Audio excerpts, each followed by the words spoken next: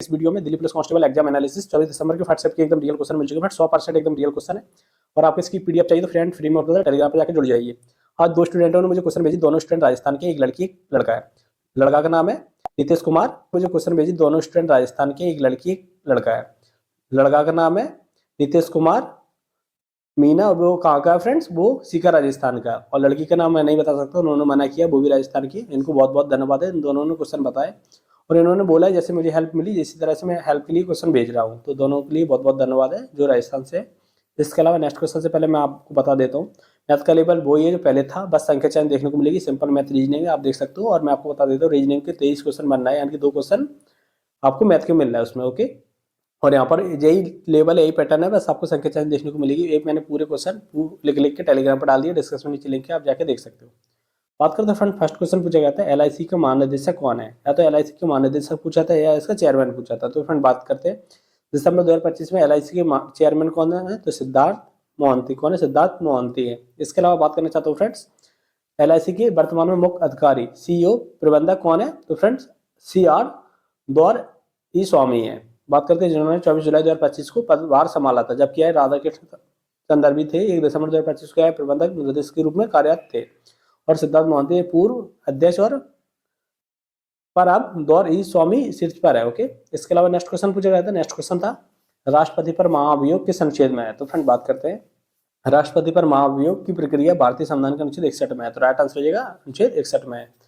बात करते हैं जिसके तहत राष्ट्रपति को संविधान का उल्लंघन के आरोप में संसद की किसी भी सदन, लोकसभा या राज्यसभा द्वारा 2/3 बहुमत में हटाया जा सकता है, जिसकी 14 दिन तक नोटिस और आरोप लगाने वाले सदन पर कम से कम 1/4 सदस्य का हस्ताक्षर जरूरी है। तो राइट आंसर है अनुच्छेद 61। ओके, इसके अलावा नेक्स्ट क्वेश्चन पहले आप लोगों ने अभी तक चैनल को सब्सक्राइब नहीं किया हो तो फिर चैनल को सब्सक्राइब करके जुड़ जाइए और बेल आइकन को प्रेस कर दीजिए। जो क्वेश्चन मैं आपको करा रहा हूँ 100% रियल है, एक भी फैक्ट नहीं है। इनके एग्जाम हो वो कमेंट करिए, इसमें एक सिंगल फैक्ट क्वेश्चन नहीं है, एकदम रियल क्वेश्चन है जो आज 24 तारीख को व्हाट्सएप में पूछे गए थे। नेक्स्ट क्वेश्चन था किस अनुच्छेद में राज्यों की सीमा का नया राज्य बनाने का अधिकार है। तो फ्रेंड बात करते हैं भारतीय संविधान अनुच्छेद 3। तो राइट आंसर है अनुच्छेद 3 में है, जो संसद को यह शक्ति देता है कि हर किसी भी राज्य की भूभाग को अलग करके 2 से अधिक राज्यों को मिलाकर या किसी क्षेत्र को किसी भी राज्य में भाग मिलाकर नया राज्य बना सकती है। साथ ही मौजूदा राज्यों की सीमा में क्षेत्रों को नामों को परिवर्तन कर सकता है। जैसे तेलंगाना का गठन हुआ था 2 जून 2014 को।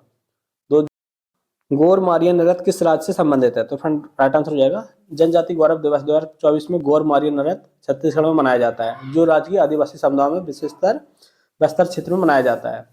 यह पारंपरिक है और पारंपरिक लोक नृत्य जो त्योहारों में शादी और समुदायों की आयोजन में मनाया जाता है, जो साहस की है संस्कृति जीवन के रूप में दर्शाता है। तो अगर इसमें पूछे कि किस कहाँ पर जिला कौन सा, तो बस्तर जिला में मनाया जाता है। बात करना चाहता हूँ, एक क्वेश्चन है जो यहाँ से बार बार रिपीट हो रहा है, मैंने यहाँ पर डाल रखा है। शास्त्रीय नृत्य और संबंधित राज्य, भरतनाट्यम तमिलनाडु का है, कथकली केरल का है, ओडिसी उड़ीसा का, मणिपुरी मणिपुर का है, और इसके अलावा मोहिनीअट्टम केरल का, कुचिपुड़ी आंध्र प्रदेश का, सत्रिया असम का है, और कथक उत्तर भारत का है, और छऊ झारखंड उड़ीसा और पश्चिम बंगाल का है।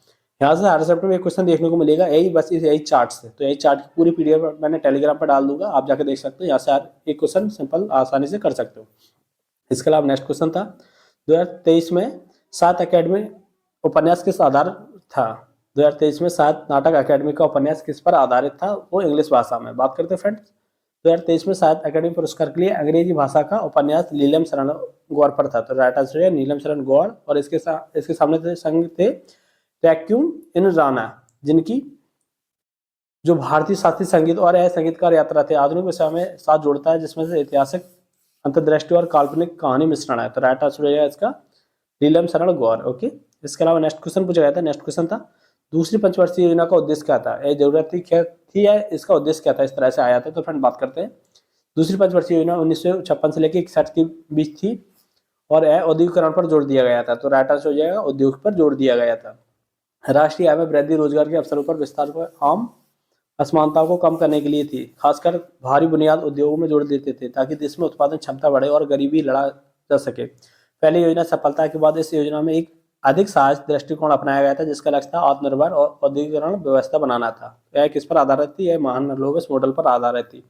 हर एक क्वेश्चन 3 बार रिपीट हो चुका है। दिल्ली पुलिस कांस्टेबल अभी जब से एग्जाम स्टार्ट हुआ 18 तारीख से लेकर आज 24 तारीख के बीच में 3 बार क्वेश्चन हो चुका है कि 2 बार तो यही पूछा गया था किस पर आधारित है, तो ये मान लो बस मॉडल पर आज पूछा गया इस पर किस पे जोड़ दिया गया था, तो उद्योग पर जोड़ दिया गया था।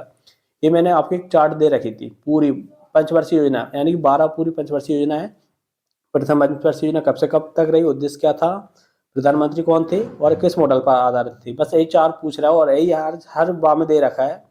और मैंने बोल दिया कि आप यहाँ से पढ़ के जाइए, तो 2 क्वेश्चन हर शिफ्ट में देखने को मिल रहा है, तो आप यहाँ से जरूर पढ़ के जाइए। डिस्कशन नीचे लिंक है, आप यहाँ पर टेलीग्राम से जुड़ जाइए, टेलीग्राम पर मैं डाल दूंगा पूरी।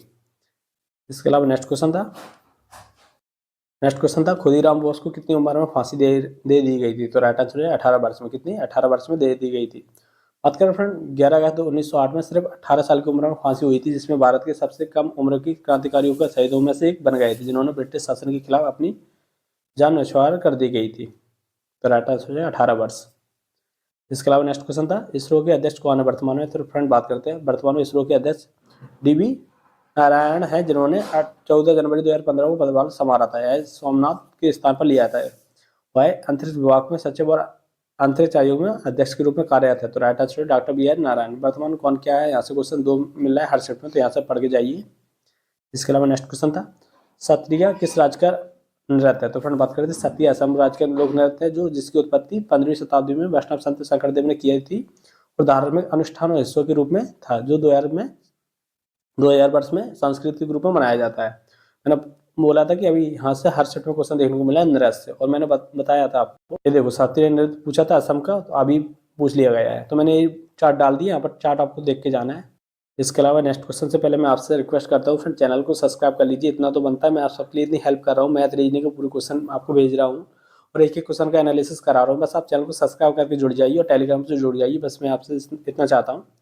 इसके अलावा नेक्स्ट क्वेश्चन था अल्पसंख्यकों से संबंधित अनुच्छेद कौन सा है, तो फ्रेंड बात करते हैं भारतीय संविधान के अल्पसंख्यकों से संबंधित अनुच्छेद भारतीय 29 और 30 है, जो अल्पसंख्यकों को संस्कृति, भाषा और शिक्षक अधिकारों को रक्षा करते हैं, जिससे अपनी भाषाओं को लिपि और संस्कृत संरक्षित करना और शिक्षण संस्थानों में स्थापित करना था। इसके अलावा नेक्स्ट क्वेश्चन था इब्राहिम लोदी और राणा सांगा के बीच युद्ध का कारण क्या था, तो फ्रेंड बात करते हैं इब्राहिम लोदी और राणा सांगा के बीच युद्ध का मुख्य कारण था दिल्ली सल्तनत के विस्तार में मेवाड़ को बढ़ते हुए प्रभाव को लेकर था, खासकर मालवा और आसपास के क्षेत्रों को नियंत्रण और लोदी को अपनी अमीरों को बागपत को दबाने के साथ साथ सांगा के क्षेत्र पर अतिक्रमण को लेकर दोनों के बीच टकराव हुआ था, जिसका परिणाम स्वरूप खतौली 1518 और बाड़ी 1518 जैसे युद्ध को, जिससे सांगा और लोदी को हराया था, जिसमें दिल्ली सल्तनत शक्ति कमजोर हुई थी। तो राइट आंसर हो जाएगा। इसके अलावा नेक्स्ट क्वेश्चन था 1950 में योजना आयोग का प्रभार कौन संभालता है, तो राइट आंसर हो जाएगा प्रधानमंत्री। कौन था, प्रधानमंत्री। बात करें तो फ्रेंड्स 1950 योजना में आयोग की स्थापना समय भारत के प्रधानमंत्री जवाहरलाल नेहरू इसका पदेन अध्यक्ष थे और उन्होंने इसकी प्रभाव को संभाला था, जिसके साथ गुलजारी लाल नंदा इसके पहले उपाध्यक्ष थे, और जो भारत की पहली पंचवर्षीय योजना में लागू की महत्वपूर्ण भूमिका थी। और इसकी जगह पे कौन आया था, नीति आयोग आया था 2015 में, उसके भी अध्यक्ष प्रधानमंत्री नरेंद्र मोदी है। ओके। इसके अलावा नेक्स्ट क्वेश्चन था यहाँ से BNS से क्वेश्चन आया रहा है, हर सेट में क्वेश्चन था। एक था BNS किसके स्थान पर आया है, तो राइट आंसर है IPC के स्थान पर। कौन किसके स्थान पर, IPC के स्थान पर BNS आया। बात करते फ्रेंड्स IPC भारतीय न्याय सहायता, BNS की भारतीय दंड सहायता IPC 1860 का स्थान लिया है, जिसमें 164 साल पुराने औपनिवेशिक कानून को बदलकर भारत में आपराधिक कानून को आधुनिक बनाने के लिए प्रतिस्थापित किया था। IPC की जगह लेती हुई BNS IPC की तुलना में कम धारा है और इसमें 358 बनाम से लेकर 511 तक इसमें साइबर अपराध है। इसके अलावा नेक्स्ट क्वेश्चन था एक क्वेश्चन था ट्रांजिस्टर से रिलेटेड धारा पूछी थी BNS में कौन सी है, तो फ्रेंड बात करते हैं BNS भारतीय न्याय सहायता में ट्रांजिस्टर से संबंधित सीधी धारा नहीं है, लेकिन धारा 2 से 10 में जेंडर परिभाषित करती है, जिसमें पुरुष, महिला और ट्रांजिस्टर शामिल है। यह धारा 69 विभाग को झूठे वादे और एक मामला को आना ट्रांजिस्टर व्यक्ति से महिला न माने जाने के कारण धारा लागू नहीं हुई है, जिसके ट्रांजिस्टर अधिकारों को सुरक्षा का सवाल उठाया। जिसके अलावा वर्षों में ट्रांजिस्टर के खिलाफ यौन अपराधों के लिए धारा 377 IPC को हटाने का कारण था और इस सरकार में कमी को पूरी करने के लिए संशोधन विचार किया था। तो राइट आंसर है धारा 202 के सेक्शन 10 में। तो नेक्स्ट क्वेश्चन था एक क्वेश्चन था ब्रिक्स सदस्य सबसे ज्यादा कॉफी, इसमें था ब्रिक्स सदस्य थे, इनमें सबसे ज्यादा कॉफी कौन सा देश उत्पादन करता था, भारत, ब्राजील, रूस, कनाडा। ये 4 ऑप्शन भी दिए गए थे, तो इसका राइट आंसर हो जाएगा ब्राजील। ब्रिक्स देशों में ब्राजील सबसे ज्यादा कॉफी उत्पादन करता है, दुनिया का सबसे बड़ा कॉफी उत्पादन है, जो वैश्विक आपूर्ति को लगभग 1/3 हिस्सा है। भारत में एक बड़ा उत्पादन लेकर ब्राजील सबसे आगे है। इसके अलावा एक इंडेक्स से आया था, इंडेक्स था इस इंडेक्स में भारत की रैंक पूछी थी, क्या है? तो फ्रेंड बात करते हैं वैश्विक शांति सूचकांक ग्लोबल पीस इंडेक्स जीपीआई 2025 में भारत की रैंक 115 है। तो राइट आंसर है 115, जो 163 देशों में से है, जो पिछले 2024 में 116वीं थी और थोड़ा सुधार हुआ, जिसका श्रेय आंतरिक सुरक्षा और शांति स्कोर में सुधार दिया गया है। यह सूचकांक द्वारा जारी किया जाता है। इसके अलावा इंस्टीट्यूट फॉर इकोनॉमिक्स इस फेस द्वारा इसे जारी किया जाता है, तो आईईपी द्वारा। ओके, इसके अलावा नेक्स्ट क्वेश्चन था एशियन यूथ गेम्स 2025 में कहा जिसने भारत का अब तक का सर्वश्रेष्ठ प्रदर्शन किया था। ये मैंने कॉपी पेस्ट कर दी है, स्टूडेंट ने मुझे क्वेश्चन भेजा था, मैंने 2 कॉपी पेस्ट कर दी। यहाँ पर देख सकते हैं, यहाँ पर एशिया युवा खेल 2025 में बहरीन के मनामा में आयोजित हुए, जिसमें भारत में अपना अब तक का सर्वश्रेष्ठ प्रदर्शन करते हुए कुल 48 पदक जीते, जिसमें 13 स्वर्ण पदक, 18 रजत पदक, 17 कांस्य पदक जीते थे। 6ठे स्थान पर रहा था, जो पिछले सभी रिकॉर्ड्स को तोड़ते हुए भारतीय युवाओं को शानदार सफलता मिली। जैसे महिलाओं में कबड्डी टीम में गोल्ड जीता और भारतोलन में रिकॉर्ड बने। तो राइट आंसर हो जाएगा कितने पदक जीते थे? तो 48 पदक जीते थे। इसके अलावा एक क्वेश्चन था ARPANET था, ये स्टूडेंट मुझे सही नहीं लिख पाया, तो मैं आपको बताया था। ARPANET का फुल फॉर्म पूछा था, इसका फुल फॉर्म हो जाएगा advance research project agency network. Okay, advance research project agency network इसका फुल फॉर्म हो जाएगा। इसके अलावा नेक्स्ट क्वेश्चन था पाल वंश के संस्थापक कौन है? तो फ्रेंड बात करते हैं पाल वंश के संस्थापक गोपाल थे। तो राइट आंसर है गोपाल, जिन्होंने 8वीं शताब्दी में मध्य भारत लगभग 750 ईसा पूर्व में बंगाल और बिहार में फैली राजनीति को समाप्त करते हुए राजवंश की नींव रखी थी, जिन्होंने स्थानीय सरदारों को चुनाव और बौद्धिक धर्म को संरक्षित किया था। इसके अलावा फ्रेंड बात करते हैं, इसके अलावा मैंने जितने भी क्वेश्चन कराए आपको पूरे क्वेश्चन आपको टेलीग्राम पर देखने को मिल जाएगा। एग्जाम रिव्यू पॉइंट करके चैनल है, यहाँ पर डिस्क्रिप्शन में नीचे लिंक दिया गया है टेलीग्राम का, या आप